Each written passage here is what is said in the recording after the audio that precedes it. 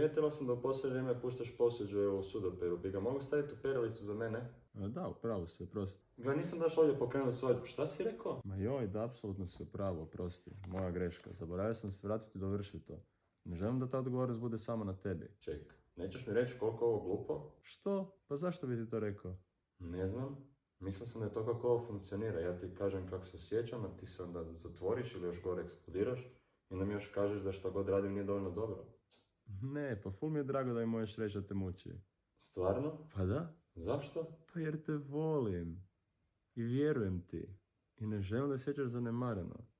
Mislim, nisi bila gruba, samo si iskrena bila oko svojih potreba i očekivanja da se sjećaš cijenjeno i voljeno u našoj vezi. Da ja tebi želim izraziti neku svoju potrebu, zar ne bi tako isto reagirala? Pa da. Pa zar onda ne zaslužuješ isto poštovanje i pažnju koju daješ? Da. Ok, smatraj suđe riješenim, stavit ću si